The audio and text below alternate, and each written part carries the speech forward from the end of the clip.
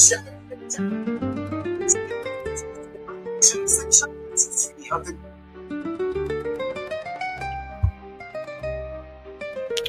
right. Welcome, everybody. It's a pleasure to have you guys here once again. This is Political Roundtable from Uncle Beno's channel. How are you guys doing? I hope you're having a blessed day, guys. All right. Let me know if you can hear me, guys. Please drop a 1 in the chat if you can hear me. Come on, my people. Let's get this going as fast as we can. We don't have a lot of time today, all right? So, because it's a political roundtable, the show where I get to give my political take and also invite my own real farm members to contribute to the political discourse. Please hit the like as you come into the show. Yeah, I do understand not everybody are interested in politics, but like I've always said, you may not be interested in politics, but you are definitely going to be affected by what the political actors do in office. That's why I think it is my responsibility as an uncle to continue to educate the young ones about political processes. Yeah, I know I should talk more about relationship, about money and everything. But here's the reality, guys. We can talk about money from now to tomorrow. We can also speak of relationship from now to tomorrow. But one thing is certain, whether you are into relationship or you want to make more money, whatever it is you want to do, you're going to be doing all that within the context of a political framework. Therefore, if you don't know what's going on in the political terrains, you are definitely won't realize how much the actions and inactions of politicians can affect you. Because here's the deal. Let's take Nigeria as a case study. When President Tinubu came to power, and on the very first day he took power, he introduced the suspension of fuel subsidy. And he said, fuel subsidy is gone. Now, that is an economic policy introduced by a politician. If you are interested in politics and you are following development in the political space, you would have prepared ahead of time for that. And I can bet you, as a result of the impact of the subsidy removal policy, some marriages are struggling now.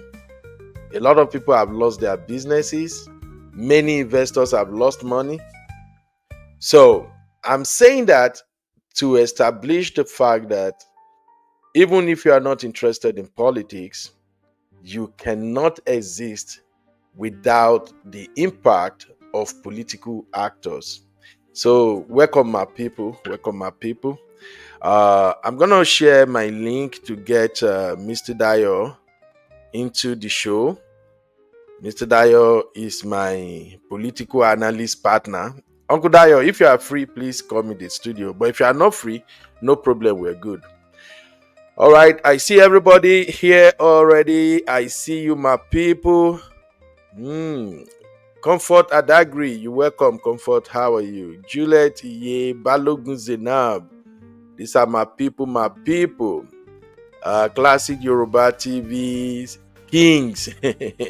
Simbi, how far now? Karen, how you doing, mama?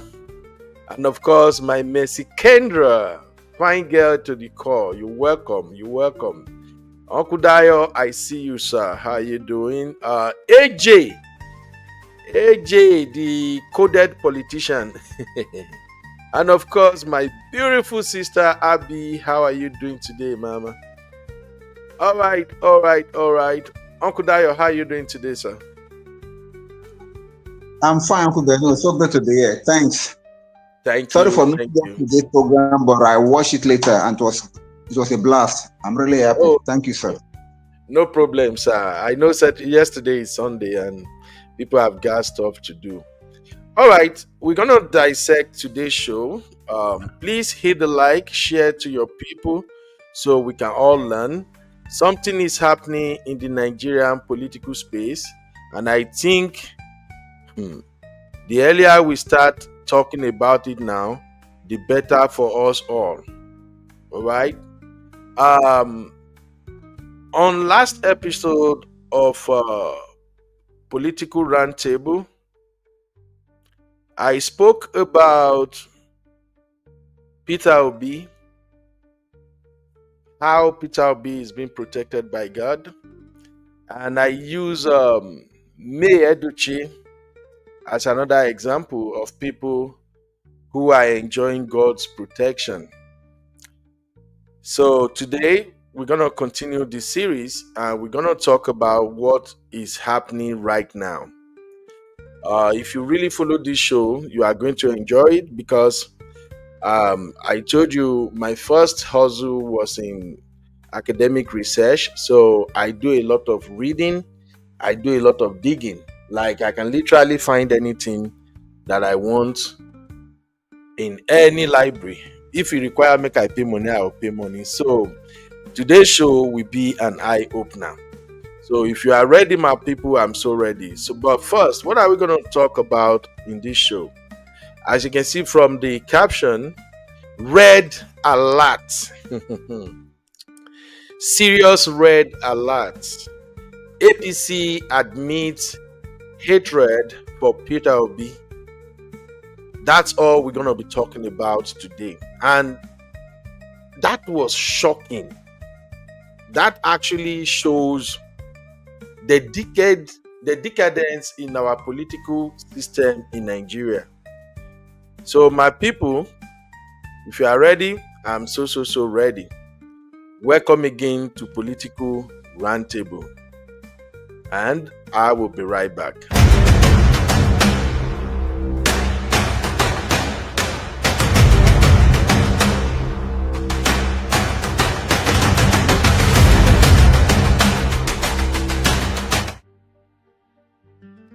All right, welcome back, people.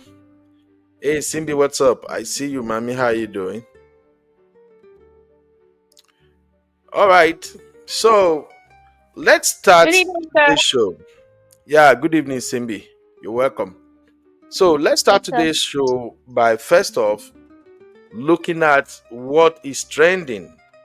I think this video from Arise News, shout out to my beautiful anchor, Audio.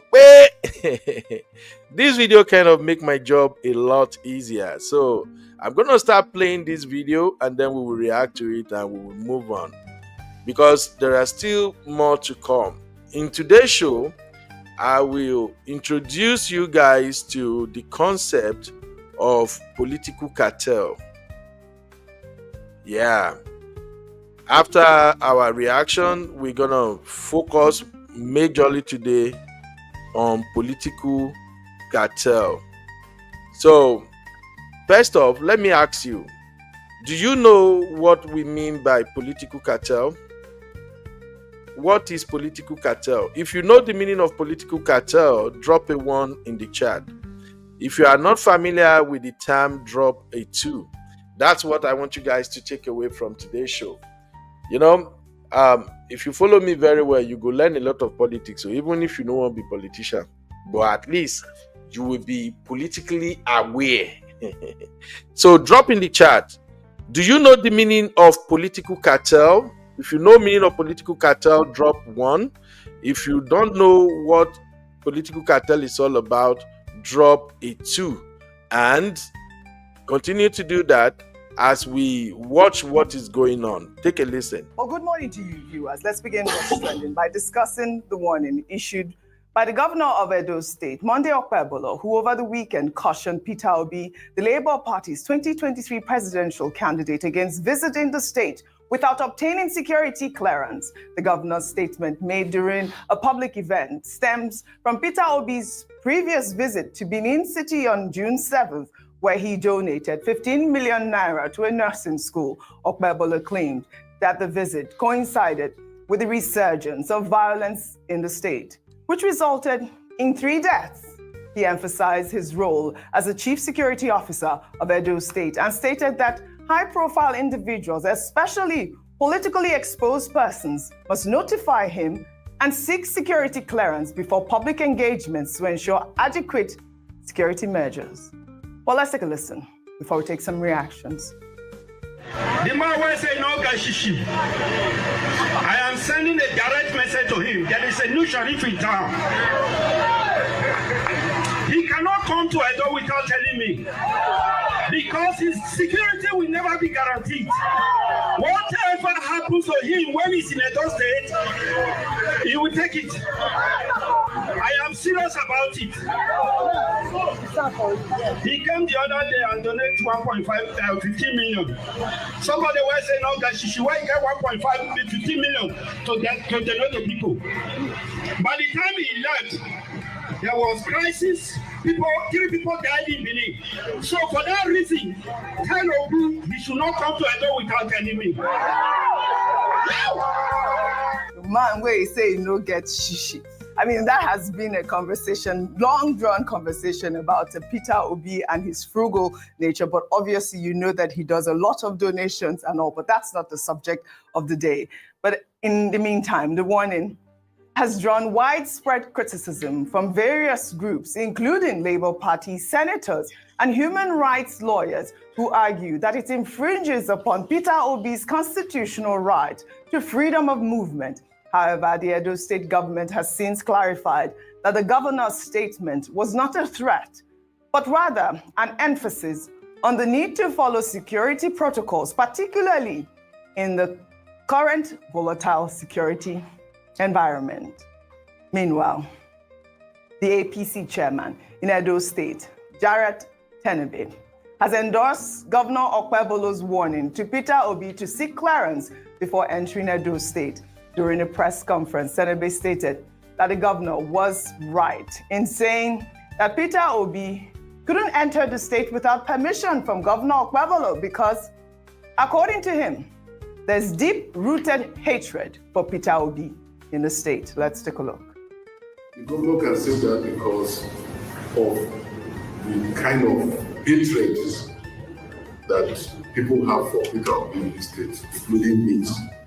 And when you have people, so many of us that have such hatred for people like that, especially when they came to Edo State and people died, it is proper for him to tell the governor before he will come, so that people like us will be sent on errand out of Edo before he can come and possibly go. I'm sure that's the reason why the governor made that statement. That's why the governor made that statement, and it's correct. And we support him in whatever he's saying. So whatever anybody is saying, they're just saying rubbish. Conflicting reports.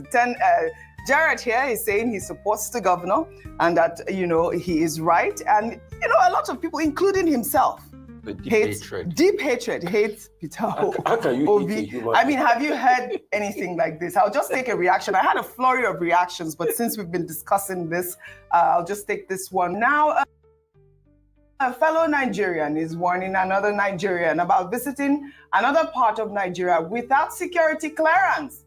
Now, as a Nigerian, you need security clearance to enter another part of Nigeria. We must put an end to this madness. Rufai, I'll take your comment before I take Senior Advocate of Nigeria's comment. I mean, it's clear. Yeah. All right. We should not, you see. All right. I played this video for a reason, and we're going to react to this video first. And I also played the video, even though we have seen it over and over again. I mean, the video where Governor Okpebholo issued warning to Peter Obi. But that is not where we're going.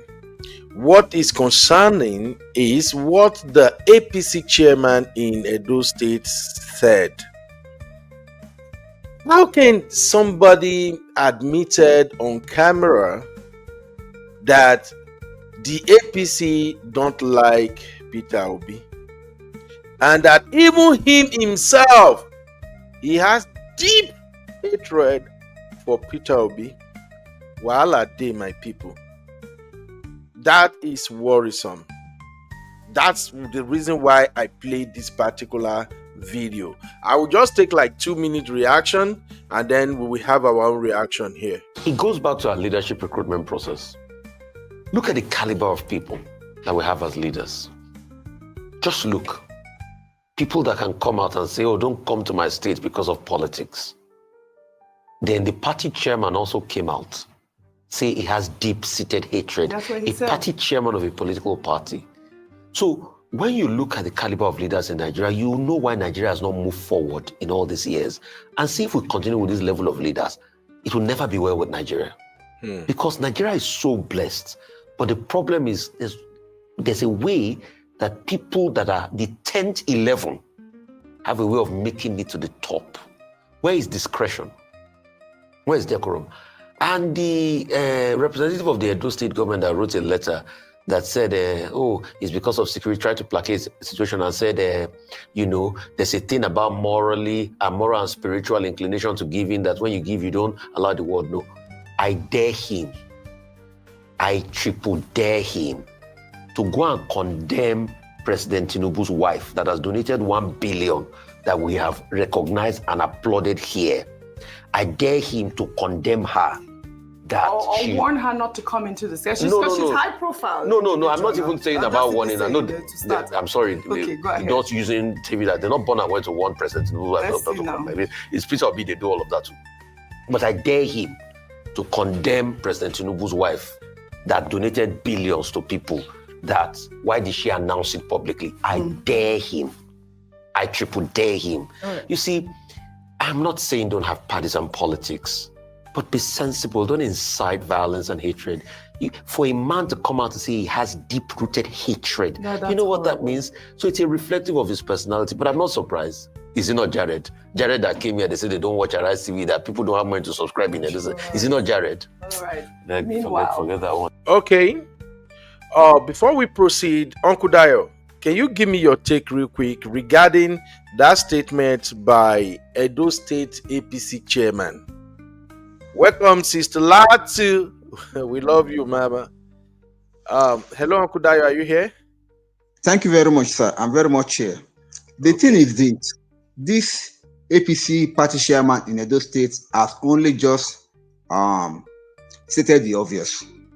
Even before him coming out to admit that he has a deep-rooted hatred for PO, we all knew that it has been there all along. He was just voicing it out. Number one, when you are a worker of darkness, you will be hating people that are walking in the light. Because it's like, if you are dirty, a clean person will be a repose to you. You'll be like, you don't want to get near them. You will hate them because why? They are clean and you are dirty. So, because they'll be showing you how bad you are, and you cannot stand with them, and you cannot even tolerate them because darkness cannot withstand light. So to me, it's an obvious fact. He knows it already. But him not coming out to say it like that shows that he does not have decorum and he is not a politician. Let me use that word, because if he's a politician, politicians will never tell you they hate you.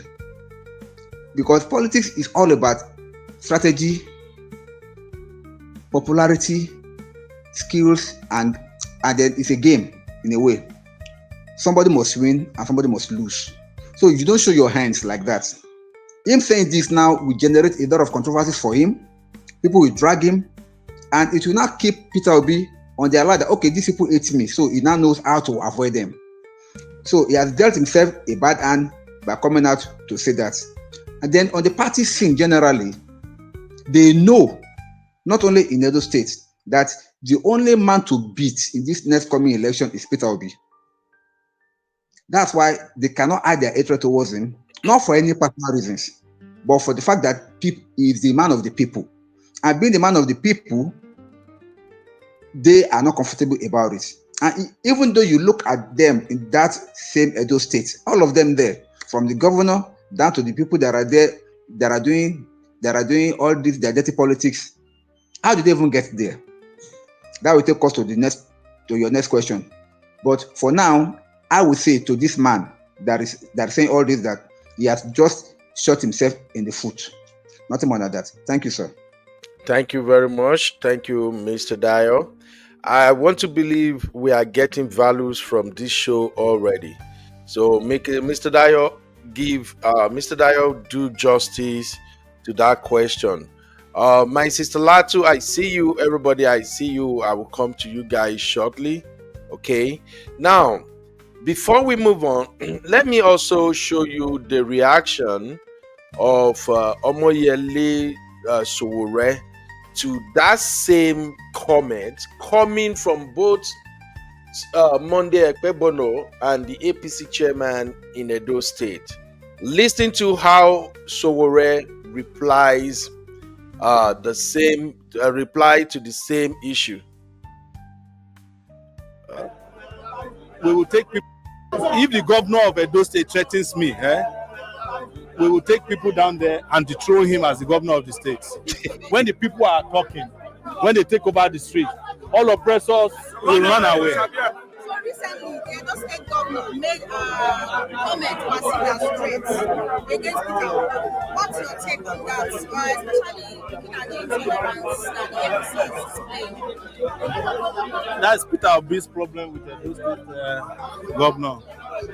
They are all the same. So. But it affects you as an opposition. It doesn't affect me, because if I want to go anywhere, let them come and stand in my way. They can't. They threaten people, they can threaten, not us. They know that. When we say we are coming to the police headquarters, the police issued a statement threatening us that we cannot come here. Are we not here today? So I don't want to be distracted by all those side talks about if the governor of Edo State threatens me, we will take people down there and dethrone him as the governor of the state. When the people are talking, when they take over the street, all oppressors will run away. When people take over street, when people take over street, all oppressors will run away. When people take over street. All right. That right there is Omoyele Sowore addressing the issue of the threat to Peter Obi's life.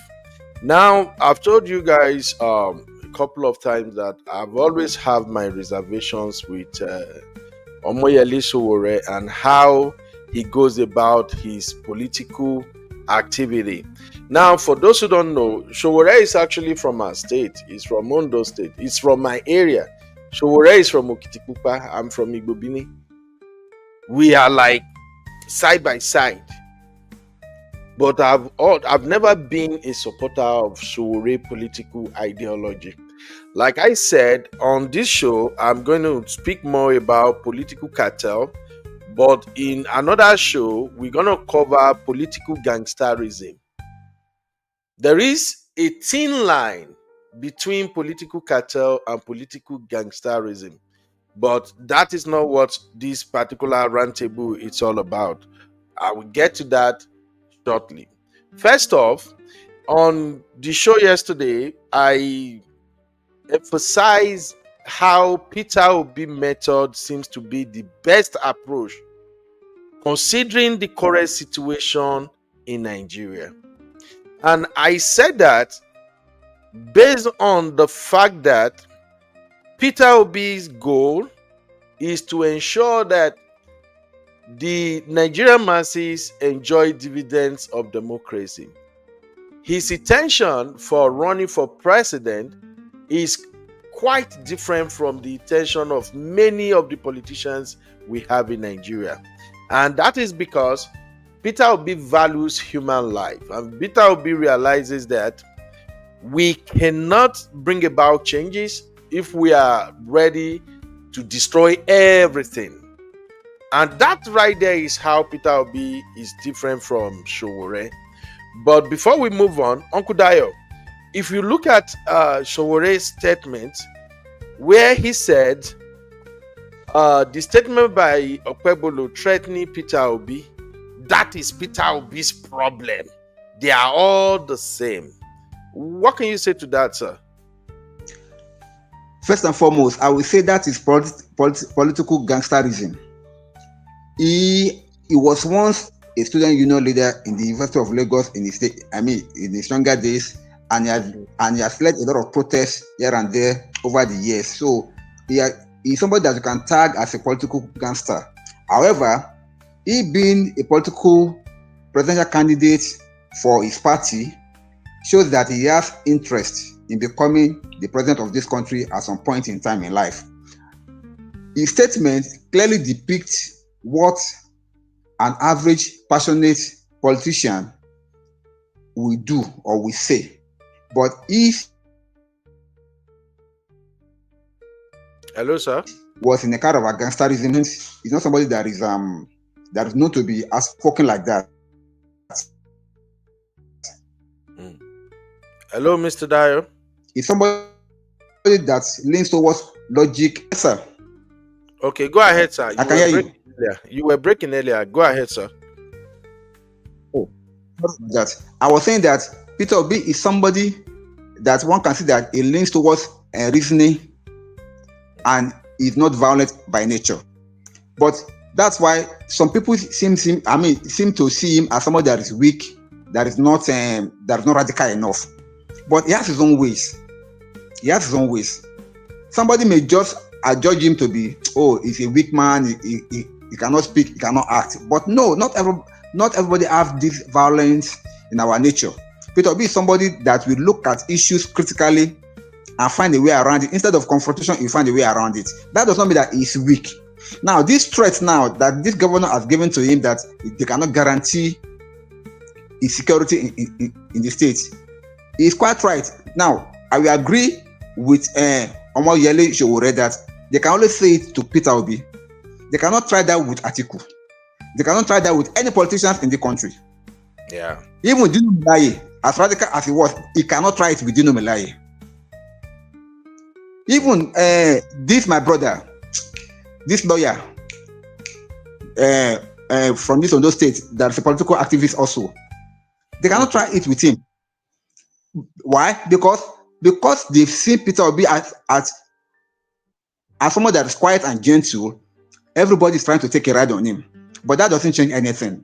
It just goes further to show that they are scared of him and they are afraid that he has every chance to win. So because of that, they are all trying to do everything to intimidate him, to rubbish him before the due election date. And they will not succeed. Thank you, sir. All right, sir. Thank you. Now we're going to take this poll real quick. And the question is, do you think Peter Obi's life is in danger? So, real fam, let us cast these votes real quick. Based on our analysis so far and what we have discussed on today's political roundtable, do you think Peter Obi's life is in danger? If you are watching us for the first time, we take poll in order to gauge the minds of our viewers. Now, with all the rhetorics in Nigeria, with all these governors coming out and openly threatening Peter Obi, because this is not just Edo State alone.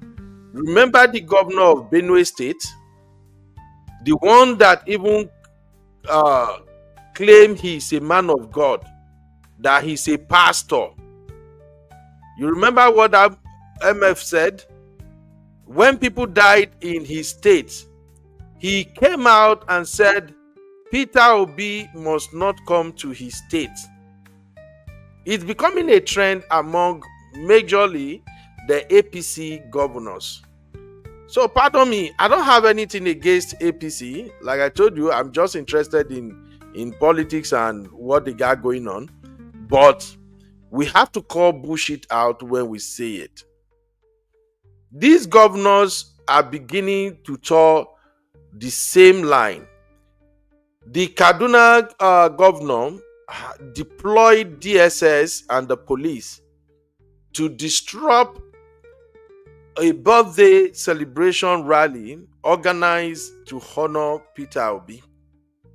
Benue State governor threatened Peter Obi that Peter Obi must not come to his state. Now, Monday Okpebholo,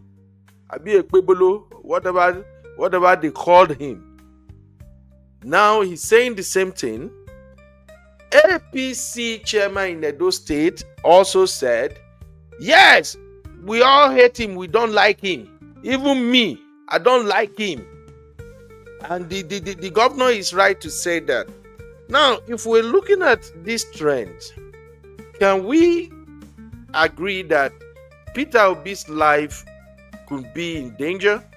So let me see your vote, guys. Please, if you just join me, cast your vote. Simbi, let us check the vote real quick. Yes, Do you sir. think Peter Obi's life is in danger? First, Simbi, let me get your take before we even count the vote. What's your take on that? Sir. Yeah, absolutely. His life is in danger. I mean, it's crystal clear. Even the blind can actually see that Peter Obi's life is in danger. Oh So why my are you God. laughing? No, it's just crazy what is going on in Nigeria. So the votes are in. If you are just joining, please cast your vote. Do you think Peter Obi's life is in danger? All right, Simbi, over to you. Real fam, thank you for joining. Please hit the like button, please. Hit the like button. Okay, let's go on. The Crown, sir, he voted 1. Comfort 2. I don't know if Comfort got the question. Mercy Kendra, okay, she said they will never succeed in Jesus' name. Amen. Comfort 1, okay. All right. Let's see. Netizen Global. Netizen 1. Okay.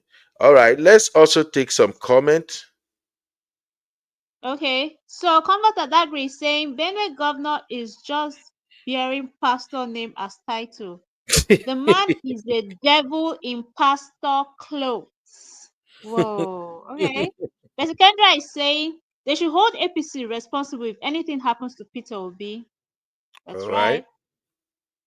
And she also said they should hold, okay, that's a repetition of what she said. Okay. The next one, Classic Yoruba TV. Hi. Yes, PO's life is in danger, considering how our politicians are trying so hard to demonize and threaten him. Absolutely. Absolutely. Now let's continue to move on. This is getting more interesting, my people. All right. So if you look at the screen right now, the folks you are seeing on the screen, these are the people who have actually come out to declare that they have deep hatred towards Peter Obi. On the left of my screen is Benue State Governor. And the other two pictures you are seeing, that is the chairman of Edo State APC, and to the right is Governor of Edo State. Now, what is really going on here? What is happening in Nigeria? How did we get here? And how should we prepare to tackle this problem before it gets out of hand? That will lead me to start the conversation on political cartels. So, if you are ready, I'm so ready.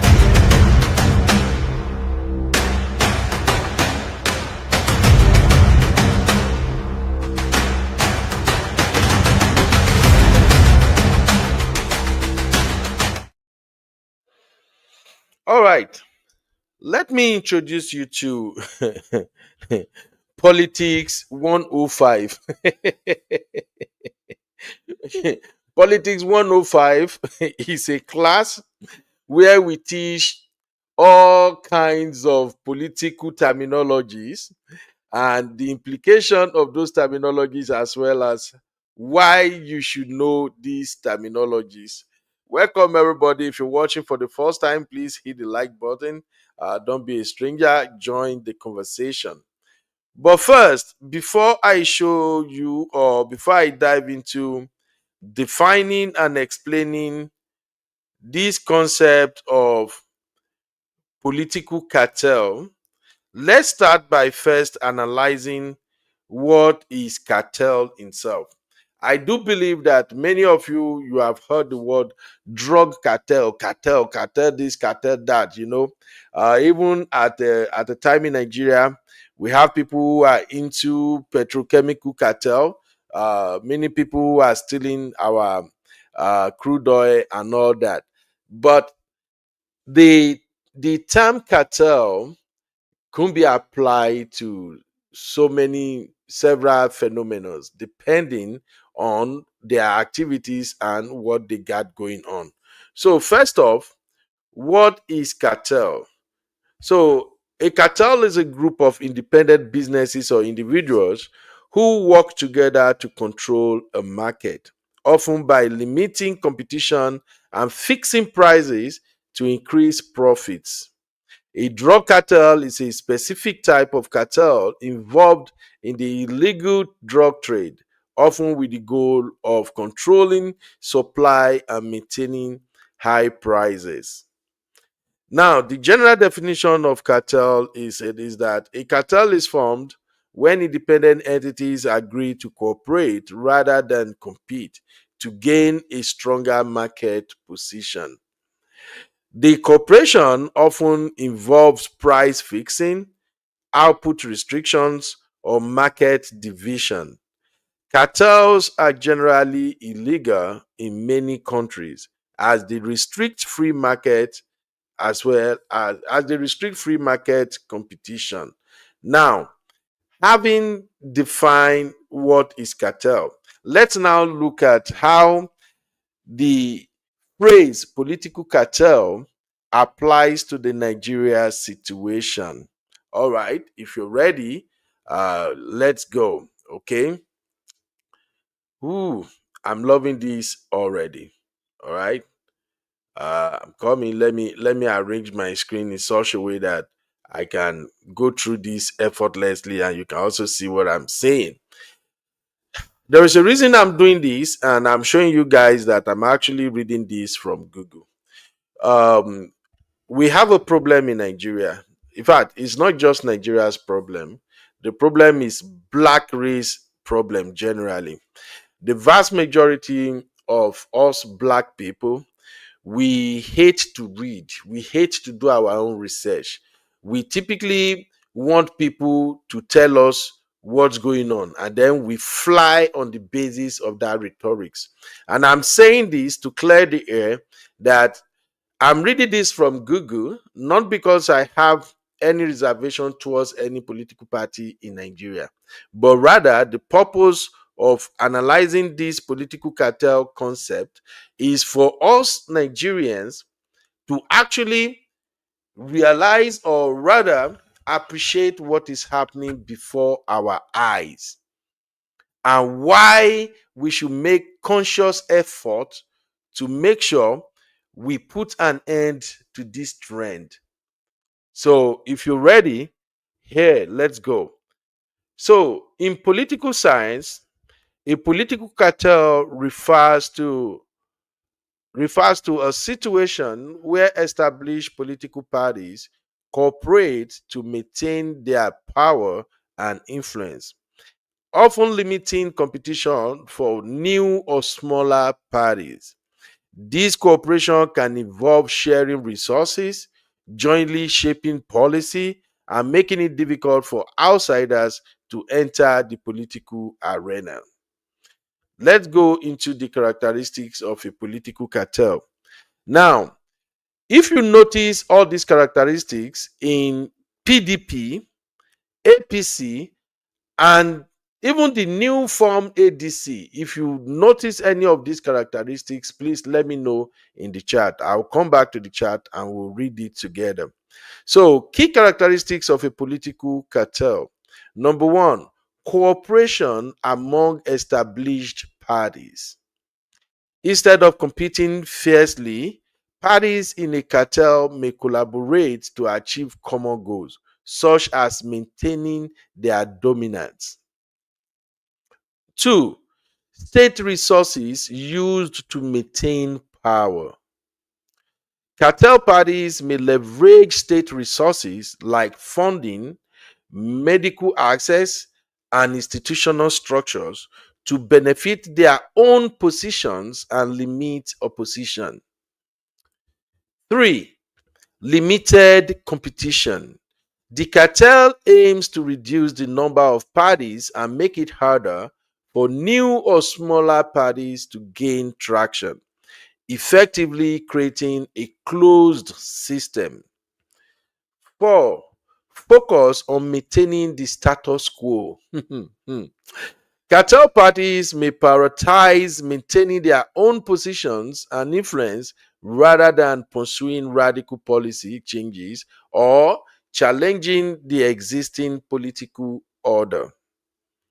Now, let's look at historical context of a political cartel. So, the concept of the cartel party was developed by political scientists Richard Katz and Peter May to describe the evolution of political parties in many Western democracies. They argued that parties have increasingly become more focused on maintaining their position within the state rather than representing specific social groups or ideologies. So, what are the potential consequences of having political cartels in a country? Now, number one, it will reduce political participation. When competition is limited, citizens may feel less engaged and represented, leading to lower voter turnout and decreased trust in political institutions. Rise of populist movements. The perceived lack of responsiveness and limited choice within the cartel system can lead to the rise of populist movements that challenged the established order. Now, stagnation of policy. By limiting competition, cartels parties may hinder the development of new ideas and policy solutions, potentially leading to political stagnation. Now, let me add one more thing here before we come back to the conversation again. There is a political cartel theory, and I think you all should know about this. So, the political cartel theory suggests that established parties can evolve into a cartel like structure where they cooperate to maintain their dominance, often at the expense of democratic principles and genuine political competition. Now, to round that up, the dominance of a political cartel can lead to the rise of anti-party movements as citizens become delusions with the lack of real choice and representation. That right there is the end of my presentation. Now, let's come back to this conversation. Do you learn anything from that simple presentation about political cartel? If you understand that presentation, drop a one in the chat, guys. Let me see if you're actually following me. Drop a one if you understand the concept of political cartel and how it applies to the Nigeria situation. Uncle Dayo is no longer here. Okay, I don't know what's happening. Maybe it's network. Drop a one in the chat if you understand the concept of political cartel and how it applies in Nigeria. If you don't understand it, drop a two. I see you, my sister. She Tinker. You're welcome, Mama. All right, Simbi, let us quickly go through the vote. All right, Simbi said one. Yes, I said one. Juliet said one. Mercy Kendra said one. Special Lina said one. Oh, okay. That is she Tinker, my Wala sister. Oh, that's Shitinka. Hi, Yeah. Shitinka. Princess Temitope is saying one. Mm-hmm. Lola Ajay, welcome to our show. One. Yeah, Lola Ajay, not Ajay. That Okay. is Lola Ajay. Okay, Lola Ajay, Yeah. welcome. Classic Yoruba TV, one. Balogun Zainab, one. And Comfort Comfort Adagri, Adagwe, one. one. All right, good. That means we are all on the same page. We all know the meaning of political cartel, and that my simple presentation actually makes sense. So, like I said, this is not about me not being member of APC or supporting APC, and I've always said it here. My goal is I want to see a better Nigeria. For those of you who have not left the shores of Nigeria, when you hear about Western world, you will think that these places are paradise. You will think that these are like what you get to see in the movies. It's a lie. Most of the things you get to see in the movies emanating from Western world, they are actually created by human beings. And one feature of the main world power, if you go to US, you go to the UK, go to Germany, France, all these powerful countries, what make them unique is how their political parties focus more on delivering the dividends of democracy to the people. And one thing they ensure that will never ever determine or shape their political space is to make sure there will never be anything like a political cartel in their society. Yes, you may have 2, 3 popular parties in a country, yet those two parties cannot dominate everything. And even if they dominate, you can still see the political ideologies operating among those parties. But this is not the case with Nigeria. Uncle Dayo, I see you are back, sir. How are you doing? I'm fine, sir. Thank you. Sorry about Yeah. that break. I think my network just knocked off. Oh, no problem, So sir. I don't know. Did you listen to the political cartel theory that I just explained? no, sir. I was out of the studio then. I didn't hear anything. Oh, okay. You may get to watch it back, but the bottom line is that when people begin to come together and and they are beginning to become powerful in such a way that their party dominate whatever is happening in the country, you are beginning to see a political cartel. When one party becomes too big and they occupy every state, almost every state or majority of the states in a country, and you see everybody moving towards that party, everybody wants to belong. What you get to see is the formation of a political cartel.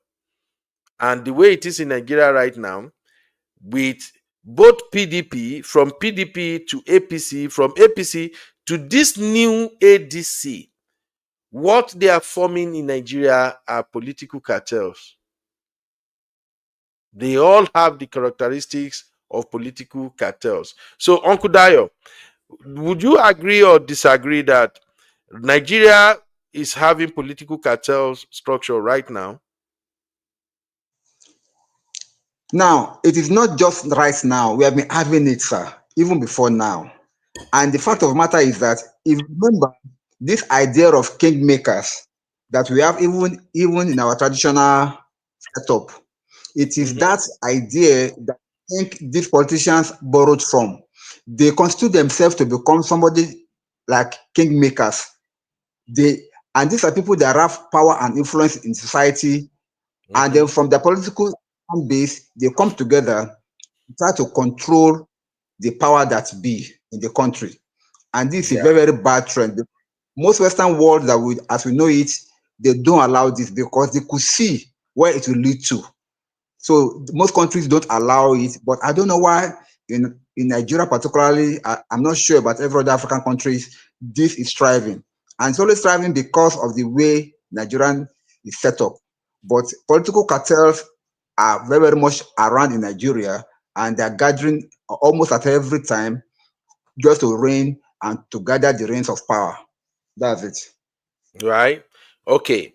Now, if we look at what happened in Edo State with the governor threatening Peter Obi, and when they began to spin it, they were trying to put it up as, um, Peter Obi is a person of interest, he's someone with influence, he's a political entity, blah blah blah blah blah. Then the chairman of APC in Edo State publicly said that many of us hate him, including me. What that should tell us is that these are members of a political cartel. If you are familiar with how drug lords and drug cartels operate, they made bold statements. Statements that comes with an indication that nobody can ask us any question. Whatever we say is final. Because if you are a member of a cartel, the bigger and stronger the cartel becomes, the bigger and even more expand is your influence as a member of that cartel. If you live in a country like some South American countries where they have a lot of drug cartel, whichever cartel is dominant, you begin to see the behavior of that cartel in its members, even in their neighborhood, in their community. They tend to dominate. It's just like the cultism epidemic we used to have in Nigeria universities. If you are attending a university in Nigeria and you have a court boy, maybe 2 or 3 court boys in your street, those court boys will dominate everything you guys got going on in that street. And what makes that possible is because they belong. They know that if you touch one of us, the rest of our gang members will come after you. So they seems to get away with whatever they do. And that is what we are witnessing with this Monday Okpebholo and Peter Obi situation. The APC party members, I'm so sorry, is because they are the ruling party, and I'm not even sorry. Under normal circumstances in politics, when you are the ruling party, you are the one the people we called out when things are not going right. Some Nigerians just don't understand that it is within their right to call out any political person or any political post holder if that person is not delivering or if they are moving mad. So there is no apology about that. With what happened in the Edo State and with the way APC members are talking, the statement they push out there, you can see that they are showing some characteristics of political cartel, whereby they can do anything and they get away with it. I think allegedly it's still in the news that Adam Oshomole once said that if you join our party, your sins are forgiven. Is that not right, Uncle Dayo? Is that statement not credited to Oshomole? Correct. In fact, not only him, I think somebody, one of these APC chief we once said it also, that join APC and your sins are forgiven. They said it openly. It's not something hidden at all. It's in the media there. They once said And it. I think we also see the way Akpabio and his own gang are moving in the Senate. Recently, I heard that a court judgment in Nigeria has thrown out the suspension of Senator Natasha, and the court has said that Senator Natasha should be restated. And yet, I also heard in the news that Akpabio is appealing that court judgment. And I also saw Akpabio during the Senate plenary session removing Senator Natasha from committees and all other things. When you look deeply, you can see the element of political cartel. Yes. Political cartel members are not fighting or doing anything in the interest of the masses. The political cartel members are all in for their personal interest. Their goal is not for development, improving the lives of the people. Their goal is, how can we hold on to power? How can we make it difficult for anyone to wrestle power out of our hands? I see you, my sister Temilade. How you doing, Mama? So, with what's going on in Nigeria right now, we are seeing the activities of political cartels. Mr. Dayo, you were not here when I went through the characteristics of political cartel, and I think let me add this to the screen so we can just look at one thing real quick. When I was examining the, I think I spoke about one particular characteristics of political cartel. I want to bring it out. Mhm. All right. So one key characteristic is cooperation among established parties. Instead of competing fiercely, parties in a cartel may collaborate to achieve common goals, such as maintaining dominance. So let us begin to run this up one after the other by voting on some of the questions that we ask. Do you, if we have to go by this feature of political cartel, do you agree that the APC, they are establishing dominance across Nigeria? If you agree, drop a one. If you disagree, drop a two. Uncle Dayo, do you agree with me on that? That the APC is establishing dominance in Nigeria? Hello, Uncle Dayo. Oh, I can't hear Uncle Dayo again. No. Uncle Dayo, you are muted. All right. Let me get your vote. Do you agree that the Absolutely. APC? All right. Okay. Uncle Ben, why are you laughing? She think I drop 1.5. I never hear this one before. All Okay. right, all right. CB, let us read the vote real quick. CB said one. Temilade said One, one. Juliet. one. Juliet said one. Especially in a 1.5. Comfort and agree. One. And Netizen Global. Netizen Okay. Global one. All right. So let me move on to number two. State resources used to maintain power. Cartel parties may leverage state resources like funding, media access, and institutional structures to benefit their own positions and limit opposition. Do we agree that the APC are currently doing this? If you agree that the APC is using state resources to maintain power, drop one in the chat. If you disagree, drop a two. Let's go, let's go, let's go as we're rounding up gradually. Do you agree or disagree that the APC is using state resources to promote their own party? Okay, here we go. Um, Tosin said one, CB Tosin one, said one. Juliet one, one, One. one, one. One, one, Juliet, one, one. that is I INEC. feel her. Next one. Temilade one. Especially in a one. Comfort and Agri one. All Netizen right, Global one. all Okay, we're right. on all on the same page. Now, limited. Uncle Ben, Yes, this ma'am. is gradually becoming like a dictatorship. Okay. No, but they Gradually will tell you getting it's there. not dictatorship, it's democracy. Let's go. Oh, All right. please. Limited competition. The cartel aims to reduce the number of parties and make it harder for new or smaller parties to gain traction, effectively creating a closed system. Do we agree that the APC exhibit this character or not? If you think the APC is restricting opposition, drop one. If you think they are not doing that, drop two. This is just political class. Then focus on maintaining the status quo.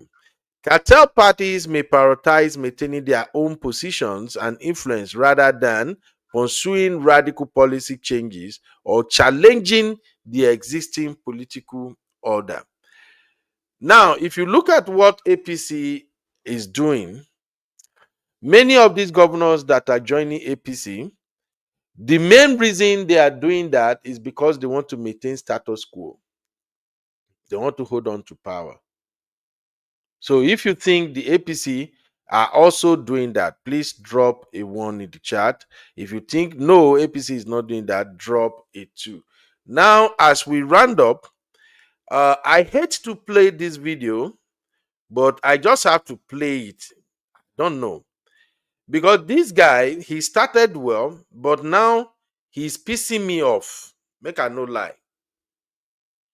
And I'm talking about Kenneth Okonkwo. How many of you know Kenneth Okonkwo? You know, at one time, Kenneth Okonkwo was a staunch supporter of Peter Obi.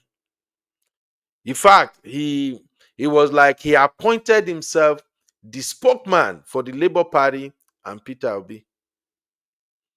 Then, lately, this same Kenneth Okonkwo is now shifting his rhetorics.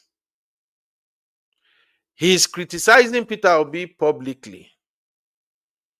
He's beginning to talk too much. May God forgive me. That's just my impression.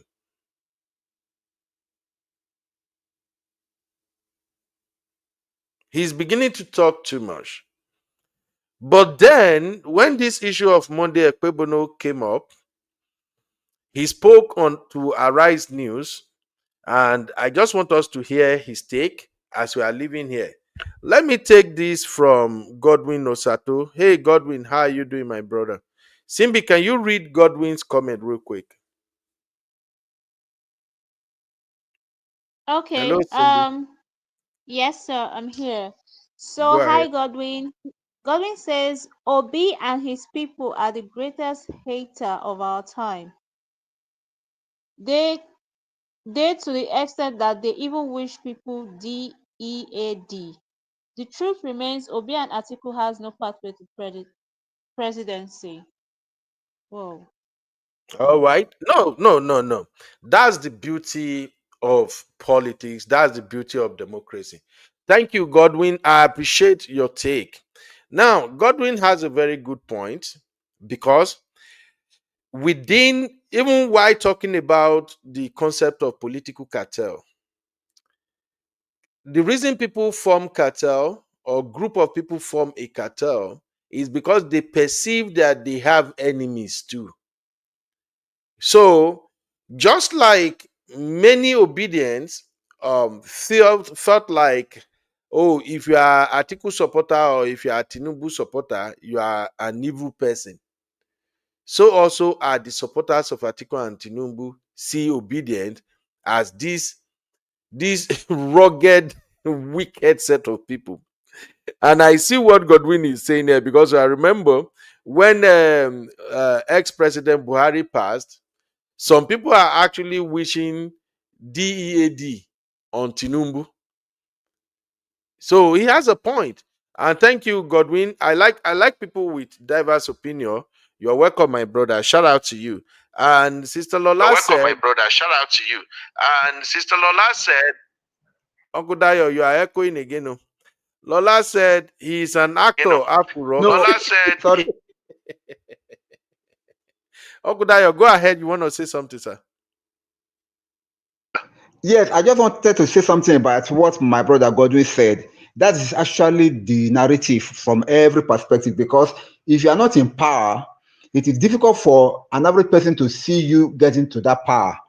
Because even now, based on what he just said now, it is clearer that there is no pathway, according to what he said, for both Peter Obi and Atiku to the presidency as at now. Because they are even yet to have a party. Peter Obi does not have a party yet.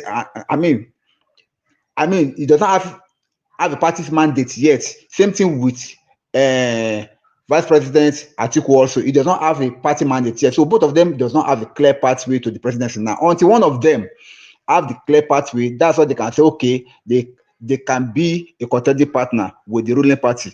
That's just what I wanted to say. And concerning my brother Okonkwo, you know him from day one. He's an aggressive speaker. He's very aggressive and passionate about politics. The way he talks, I'm sure even when he was supporting Peter Obi, it was like the aggressor there. It was like the one that is talking and doing all the talking back and forth. But now I'm not even surprised that he's still talking the way he used to. Thank you, sir. It's just crazy how that do go about his rhetorics. But here is what he has to say about Peter Okpebholo and this ongoing hatred for Peter Obi. Take a listen. Well, thank you for this once more. I am going to unpack this dilemma from three perspectives or more. One, as a constitutional and human rights lawyer. Two, as an opposition leader. And three, as a citizen of Nigeria from Southeast extraction. Now, as a lawyer, you have rightly pointed out that Section 41 is very clear. And let me state what Section 41 said clearly. That every citizen of Nigeria shall be entitled to move freely underline, throughout Nigeria, and to reside in any part thereof. And no citizen of Nigeria shall be expelled from Nigeria or denied entry thereto or exit therefrom. If you put it into context with Edo State, it simply means no citizen of Nigeria can be expelled from Edo State or denied entry into Edo State or exit therefrom. And every citizen of Nigeria has the right to move freely in Edo State. So what the governor said is unconstitutional, it is illegal, it is irresponsible, and it's largely illiterate. Coupled with Section 39 that guarantees freedom of expression and Section 40 that guarantees freedom of association and assembly. Having said that as a lawyer, let me talk as an opposition leader. This is a direct attack, threat, intimidation of opposition leaders.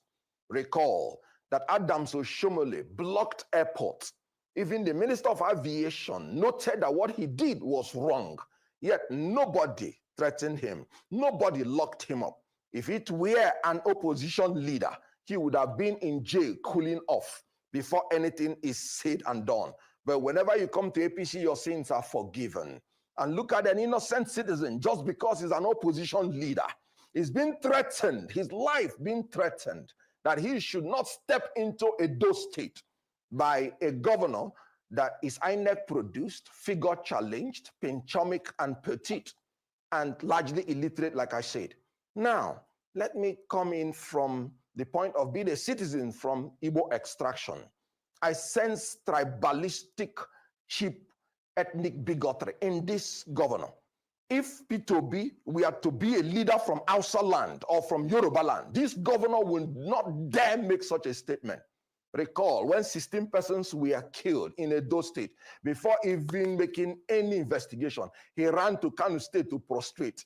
That was a good thing because life is very, very essential. The same governor that did that is the same governor that is threatening the life of a human being for just coming into your state. This is very annoying. It's a direct threat to Igbo people. It's a direct threat and exhibition of being an Igbo hater. And that should stop. Let me tell you, from where I come from, when you kill even a madman, that's when you know that he has a brother. If a strand of hair falls from Peter Obi, because this is a direct attack and threat to his life. Remember, the governor made it clear. He said his security can no longer be guaranteed. He used the word never, if he does not take permission from him. Let me ask Monday Okpebholo, does it mean that when he finishes as a governor, before he travels to any state in Nigeria, he would have to seek the permission of all the governors?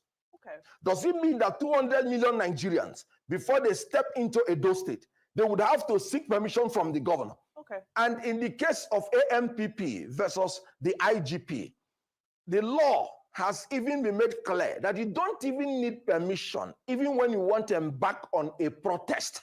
And I'm talking about peaceful protest. Okay. If you don't need permission, when you want to embark on a protest. How can a governor be talking about permission to visit a state? That is in bad taste. That is offensive.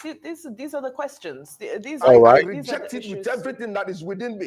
You know, that is why Julius Caesar said, in Julius Caesar, he said, let me have men about me that are fat, sleek-headed men, such as Monday Okpebholo, who has a lean and hungry look. They think too much of themselves. He says such men are dangerous. Okay, Mr. Kenneth Okonkwo, let me I'm sure even if you go to his office, let me step in on this point. Okay. All right. You hear Kenneth Okonkwo right there, spitting fire, sparking and spoken. Spitting fire too. He's sparking and spoken. You see, if he had stayed with Peter Obi and stopped these other rhetorics about, oh, it's going to be Atiku, Peter Obi cannot defend his vote, and all of that crap he was saying, I would have given him the benefit of doubt. But what I'm seeing right now, it just seems like, just like many other folks out there, Kenneth Okonkwo is trying to use Peter Obi to his own advantage. I guess Atiku has connected him. I saw a video of him saying all sorts of things about how Atiku should be the next president and how he's going to support Atiku. But that is not the focus of today's political roundtable.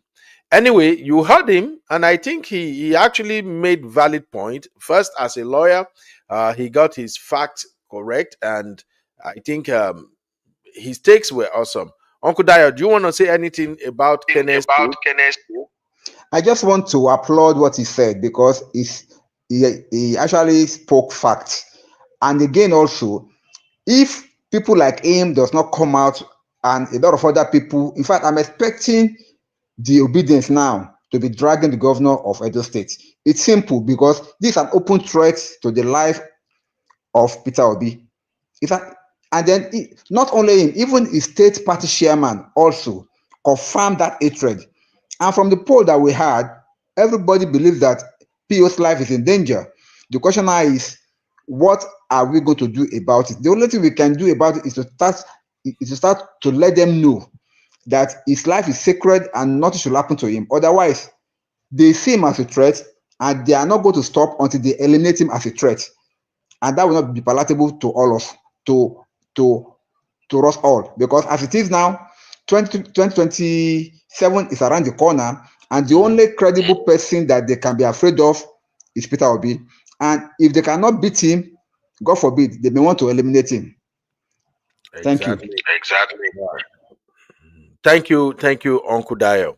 All right, this is the last one. Let's hear what the spokesperson for the obedience are saying. Take a listen. I actually love this woman. She's assertive, very clear and concise in her answers.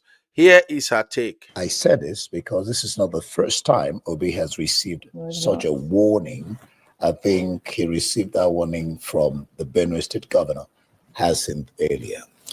Correction, it's the third time. The first person was Felix Morka.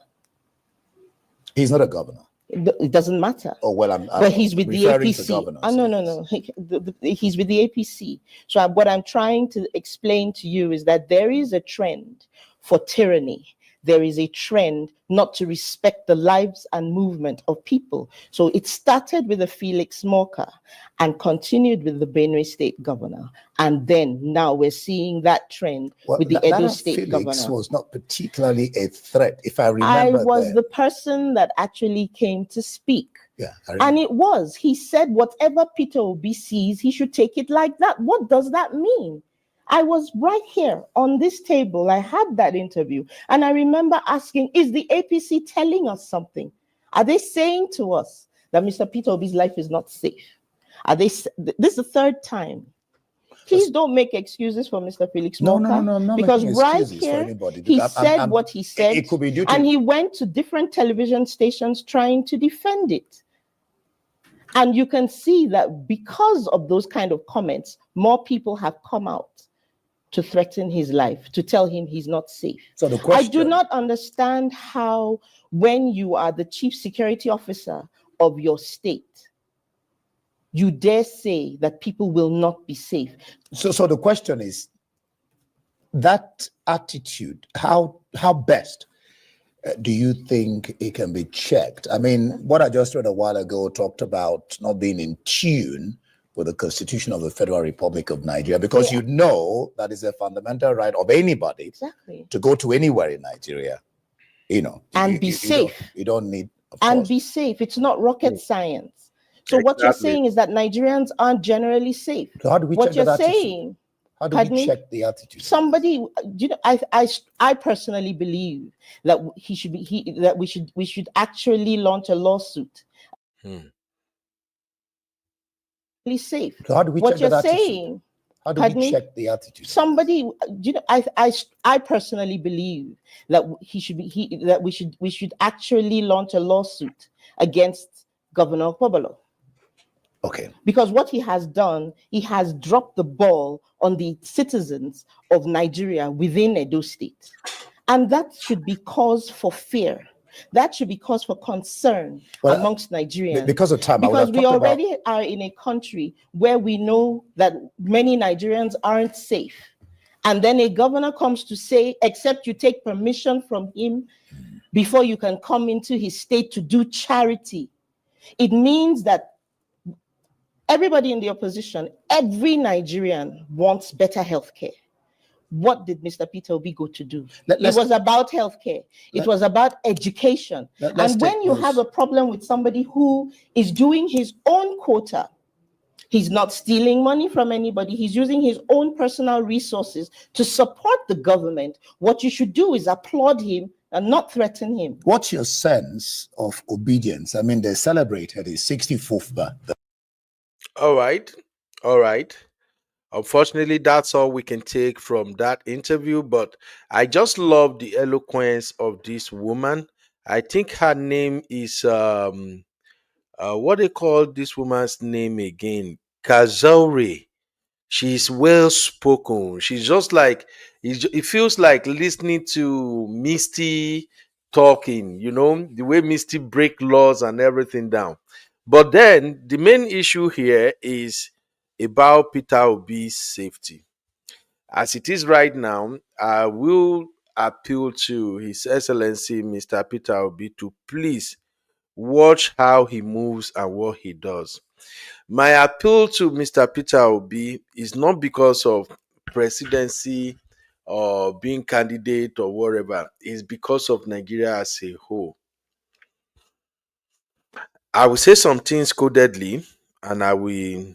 Yes, thank you, Shitika Nana Kazori. I love listening to that lady, man. She's outspoken, eloquent, and I just degbado her.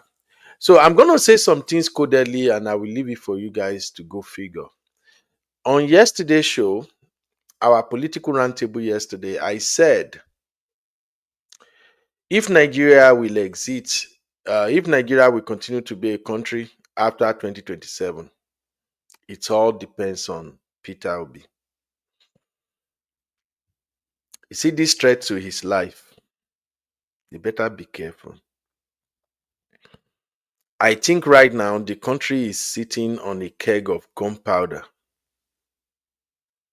It's like the country is sitting on this huge, massive grenade ready to explode at any time. All these folks threatening Peter Obi, they better wash their mouth, because nothing should happen to his enemy. If anything happens to him, wahala ma wow. If you are an APC member, watch what you are saying as far as Peter Obi is concerned. In a sane society, because of how free Peter Obi moves around and this massive followership he got,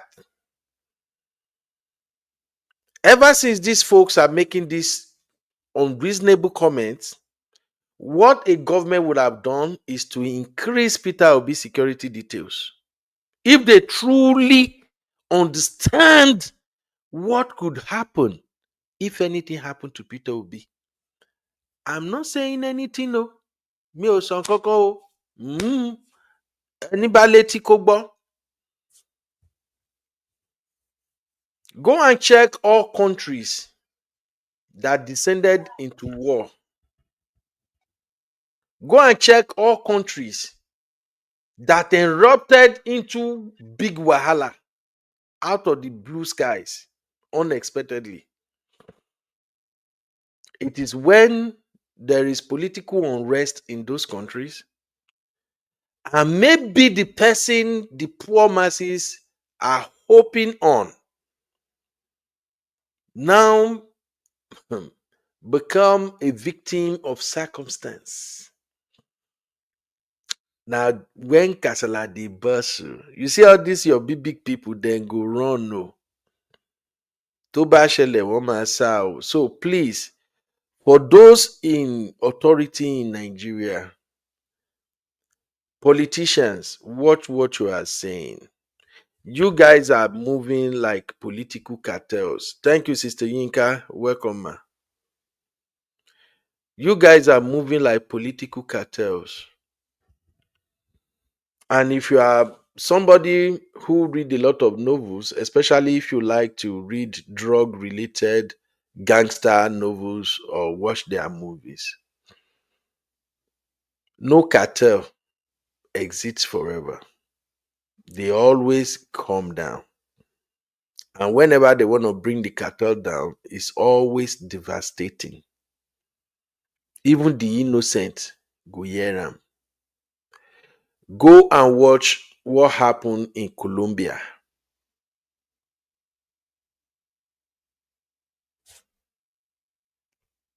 I'll leave it at that. Uncle Dayo, your final take. Hey, Princess, welcome, ma. Go ahead. Thank Go you. ahead. Thank you very much, sir. I just want to say this, okay? I don't pray that we ever get to that stage whereby a state of anarchy will now come to be. God forbid. Because Nigeria is best united. Anything that will cause a division, we should try everything possible to avoid it. We don't need it now. We need to be progressing. We have been a sleeping giant for so long, and we are so close to having that credible leader that we think can lead us forward. And God being on our side as a nation, we shall get there. It's not going to be an easy journey. It's not going to be a walk in the park. But if we are consistent and if we are focused as a nation that we want to get things right, we need to do everything possible to protect and defend our democracy and the people that we know they can do better for us as a nation. Otherwise, if this trend is not maintained, if this evil is not curtailed, we may be set back again another 20-something years backward, and God forbid. But I believe if we can get it right in 2027, we'll be on a path to greatness as a nation. Thank you, sir. Thank you, Uncle Dayo. God bless you for that submission right there. I love it. Princess Ify, that's Dr. Ify. Dr. Ify say, my brother, it's a question of time. Uncle Ben, that's priceless if you said princess. Yeah, Sister Ify, no very Jari. Bflex said, it's all citizens that want peace. I don't think those in power want it. Absolute. No, Uncle Ben. I disagree with that. Let me explain. Because if we don't have peace, they cannot stay. If there's no peace in this country, none of them can stay. I can tell you that one for free. God forbid, if there is anarchy in the nation, now all of them will take their passport and fly out of this country. They cannot stay. They are only enjoying the peace. They are only enjoying the peace that we are giving. If there is no peace in this nation, none of them will stay. They will all run out. That's the truth. You are right. You are right, sir. All right, Simbi. Do you have anything you want to say as we are leaving now? I just just want to say we should stop the whole prayer talk. I'm sick of it. Stop this whole let's pray. God is not wicked. We've been praying for decades. We need pragmatic solutions to our problem. Let's stop the whole prayer talk, and the time is now. Thank you, my dear. Yes, this is not about prayer. God has been there for us all this while. Now, the onus is on us to do the right thing by first educating everyone. So, Biflex said, they know they can up and leave at any time. May all their evil plans be frustrated. Amen. So, please, my people, wahala they come on. These rich folks, the way they are moving, they are not thinking about the masses. So please let us educate ourselves and let us make the right choices, and let's continue to orientate others. Today's show, it's all about the threats to Peter Obi's life, and I also use the opportunity to educate those who might get to see this video about political cartel. Nigeria is running a political cartel politics as we speak. When you have political cartels in power, you will begin to have all these terrorist attack, all these kidnappers, all these insecurity here and there. Me, I know they like to deceive myself. Those are the handiwork of political cartels. What do cartels do? They weaponize the poor masses to defend them, to protect them, and their interest. That's what you got going on in Nigeria. That is why no major arrests, no major progress when it comes to ensuring security of lives and properties in Nigeria. Thank you for being here with me today, Uncle Dayo. Thank you very much. Simbi, thank you. I got to go now. I'll see you guys tomorrow. Now, tomorrow, we have a big show coming up tomorrow. Everybody, you better be ready. Tomorrow's show go loud. And Uncle tomorrow, Ben, it's gonna have elements of Gbasgbos, and we want to look at serial husbands, and serial divorcee. And this time around, I'm talking about men. You know, I'm brotherhood, but once in a while, I go to drag my brother who block us. We're gonna talk about Femi Fani Kayode tomorrow. That uncle is on wife number 6 as we speak now. And in all the records that I've seen, in all the research my team made and presented, none of those his ex-marriages work out fine. In fact, I took my time to count the years. This man have the tendency of getting married and be divorced and remarry within 4 years. Go do your research again. Femi Fani Kayode is known to marry, divorce, and remarry within 4 years. So tomorrow, we're going to talk about this man. So come prepare, come ready. To the sisters, we're not doing tomorrow's show. Say, let's give men Gbasgbos. You know me, I've always maintained my stand. The reason we are doing tomorrow's show is to point out red flags in marriages. Let me just show you this guy picture real quick. Where am now? What you do? Okay. Yes, that's the man I'm talking about, Femi Fani Kayode. We're going to talk about him tomorrow. While I will be talking about how to spot a red flag man, especially when a man has been married and divorced twice, why you should really take your time before you get involved with such a man. We will dive into that tomorrow. And again, we're also going to talk about women, Obiri. Many women will open their eyes and walk into a red flag.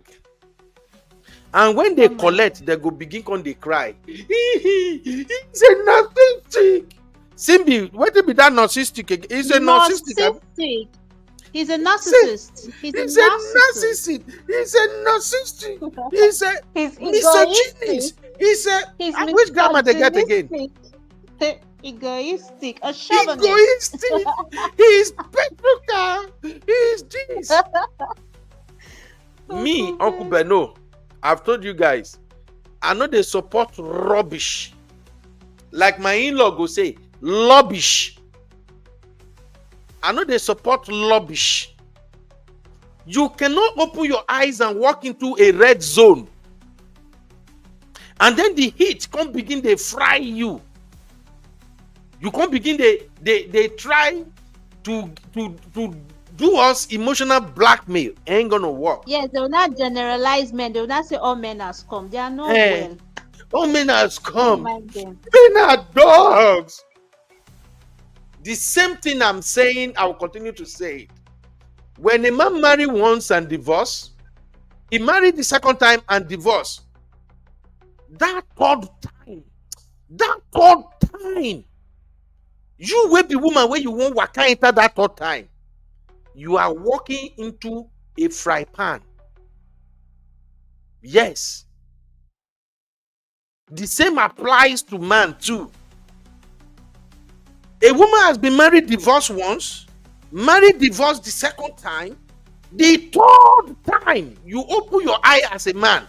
You say, oh, he's so good. Oh, I love the peace here. Okay, oh. Do your research, oh. I'm not saying marrying for the third time is a bad thing, no.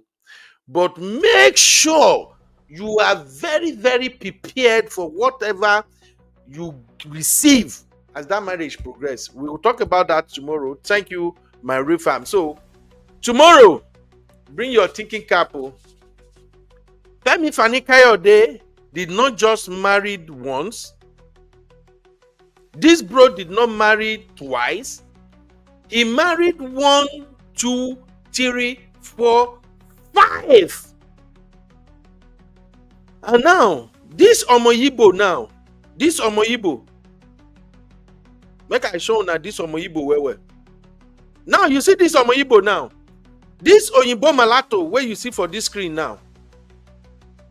She don't see Bayi. He's my Bayi.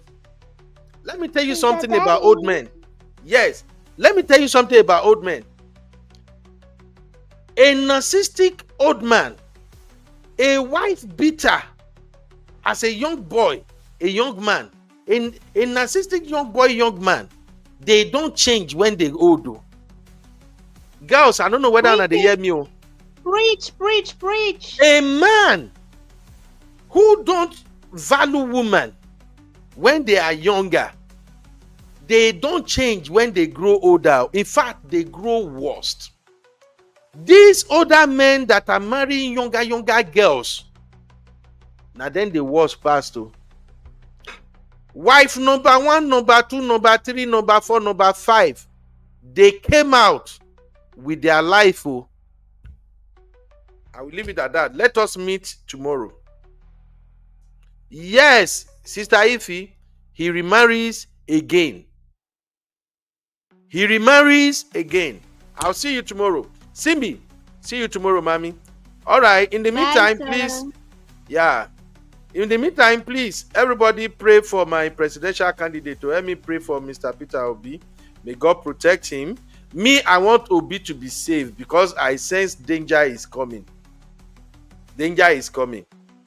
The person that hold Nigeria together right now is not your president. Too. It's not Atiku. It's not the East, West, South, or North. Too. Presently now, the hope that maybe this Peter Obi or people like him can become president. That's what is keeping Nigeria together. Protect Peter Obi with everything you got to, Mr. President. And to all those state governors that are running their mouth, I'm going to do another political roundtable show. Peter Obi is above many of those governors that are running their mouth anyhow. Yes, quote me anywhere. Peter Obi no be their mate. You know why?